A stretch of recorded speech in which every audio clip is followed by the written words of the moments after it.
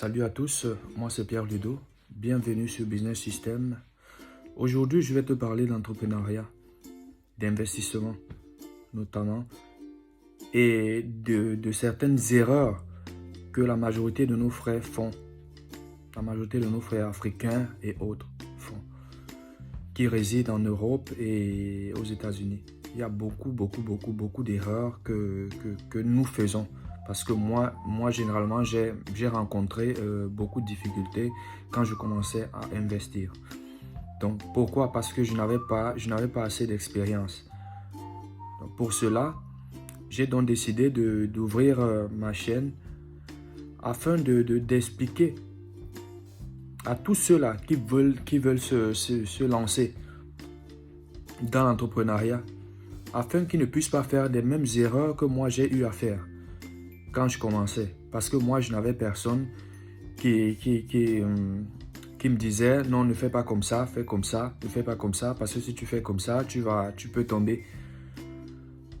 Bon, on va commencer par ceux qui vivent à l'étranger, par ceux qui vivent en Europe ou aux États-Unis ou au Canada. C'est généralement des jeunes Africains qui partent de l'Afrique pour aller étudier dans les pays occidentaux, au Canada ou aux États-Unis, sont beaucoup plus attirés par l'investissement, mais ils ne savent pas comment s'y prendre. Je vois certains qui partent faire des crédits, qui partent prendre des crédits directement, des gros crédits, pour acheter des terrains. Ils prennent des gros crédits juste pour acheter des terrains parce qu'ils ont entendu dire par quelqu'un qu'en achetant le terrain, avec le temps, le terrain aura une valeur. Oui, il est bien vrai, le terrain aura une valeur. Si tu achètes un terrain, peut-être dans un endroit qui est en plein développement, peut-être avec le temps, ça aura une valeur. Mais c'est pas du coup, ce sera un argent peut-être bloqué. Ce sera un argent que tu auras bloqué quelque part. Et entre-temps, tu dois rembourser tout l'argent à la banque. Tu dois commencer à rembourser l'argent à la banque. Et toi qui as à peine commencé à être salarié, qui gagne peut-être 1500 euros, 1600 euros par mois, tu te retrouves avec une grosse dette sur la tête. Pourquoi? Parce que tu n'as pas une autre revenu. Tu n'as pas une autre source de revenus. Tu vois, ça devient difficile pour toi à l'extérieur. Tu commences à vivre une vie de misérable. Pourquoi? Parce que tu as fait une erreur grave. Bon, pour certains, il y a certains qui choisissent notamment qui préfèrent prêter de l'argent, investir et souffrir et survivre. Parce que moi, j'appelle ça la survie. Parce qu'une fois que tu touches par mois 1600 euros ou 1600 $, ou 1800 $, tu fais un prêt. Tu prends un prêt à la banque de 50 000, 70 000 $, 80 000 $. Tu dois commencer à rembourser tous les mois. Peut-être un 600 $ par mois, peut-être un 500 $ tous les mois, peut-être un 500 euros, peut-être 600 euros par mois. Donc, ça va faire en sorte que tu vas faire 1700 euros ou 1500 euros, moins 600 euros ou moins 500 euros. Là, tu te retrouves avec 1000 ou 900 euros tous les mois. Tu dois payer ton loyer. Tu as un loyer à payer. Si tu as un véhicule, tu dois mettre l'essence dans ton véhicule. Donc, dans le cas où tu n'es peut-être pas marié, oui, ce sera difficile, mais tu vas quand même t'en sortir. Tu vas quand même pouvoir manger, mais ce sera très très dur pour toi. Même de construire, si tu décides même de construire sur ce terrain-là, tu vas faire comment? Tu vas prendre des ressources où pour construire sur ce terrain que tu as à peine acheté. Étant donné que tu dois rembourser la dette de la banque, tu feras comment pour construire sur ce terrain? Tu vois comment? Tu seras enchaîné. Tu te seras enchaîné tout seul. Donc, la solution pour investir facilement, c'est pas d'aller prendre un prêt à la banque directement. Quand on commence à travailler, tu peux prendre un prêt pour aller mettre dans un terrain. Non. Il y a des business, il y a beaucoup d'endroits où tu peux aller prêter l'argent afin d'injecter dans ces business-là. Il y a beaucoup de business dans lesquels tu peux aller prêter de l'argent pour injecter en sachant que ces business-là vont générer des revenus. Vont générer des revenus chaque fin du mois ou chaque 2 mois qui vont te permettre donc de rembourser ta dette à la banque sans toutefois utiliser ton salaire pour pouvoir rembourser ta dette. Tu comprends un peu? Donc, ce sont donc ces erreurs-là qu'il ne faut pas faire. Bon, il y a des business, tu peux prêter de l'argent pour investir dans l'immobilier.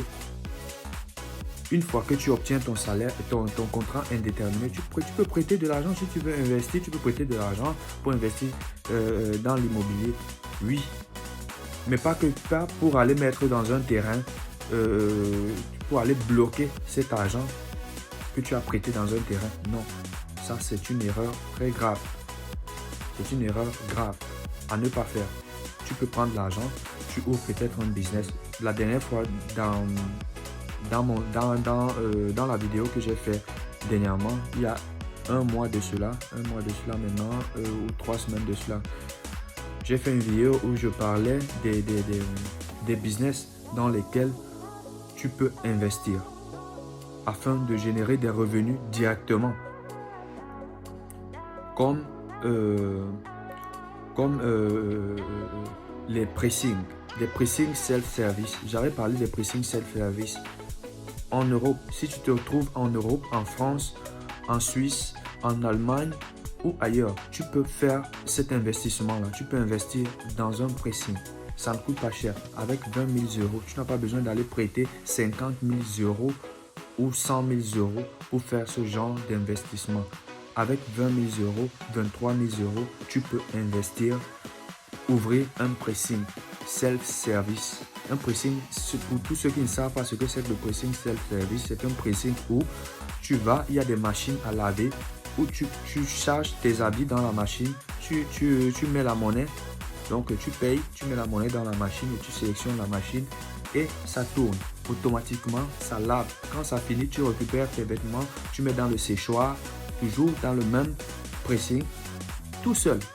Tu n'as pas besoin d'un opérateur, l'aide d'un opérateur pour laver tes vêtements. Et ça, c'est un très très bon investissement que tu peux faire si tu es en Europe avant maintenant d'aller investir en Afrique.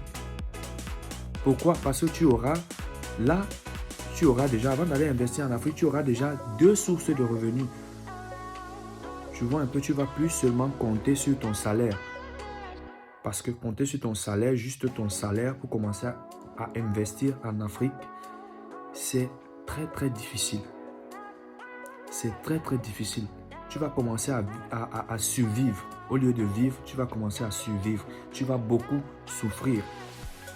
Donc pour éviter cette souffrance-là, il faudrait d'abord faire des petits investissements. Si tu es en Europe, tu investis d'abord sur certains petits trucs qui vont te générer de l'argent.